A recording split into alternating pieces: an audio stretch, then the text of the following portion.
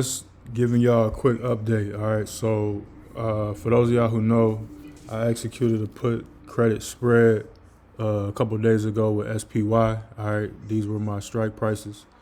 All right, so one thing I want to make clear when you're dealing with put credit spreads, right?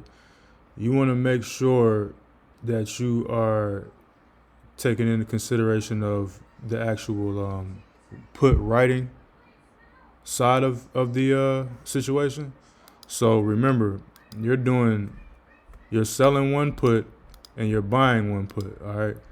So we understand that traditionally, when you're selling a put or writing a put, you have to have this money in collateral in case you get exercised. So if the price drops to or below your strike price, then you will get exercised and you need that money available in your account. The reason why they let you execute it without having this money as collateral is because you're hitting them on the other side with an actual buy.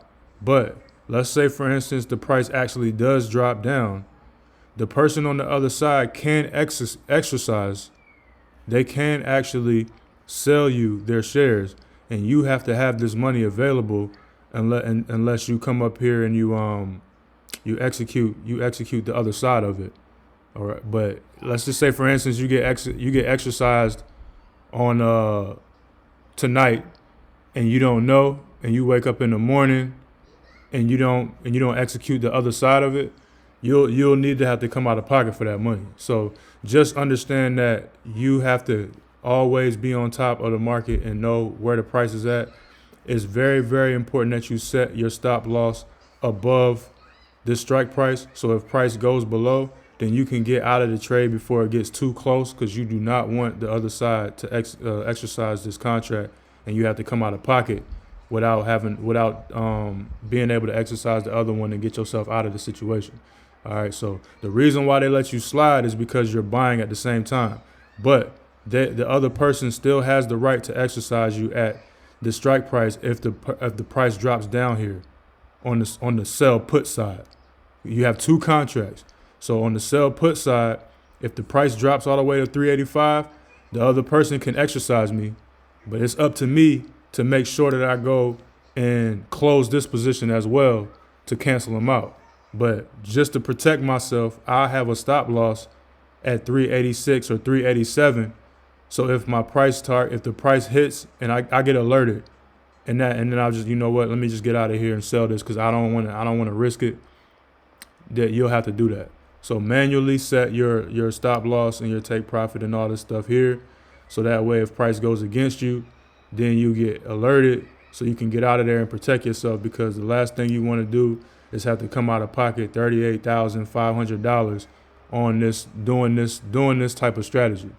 You want to stay as far away from the share price as possible. I was a little risky with it because the share price was about right here when I did it.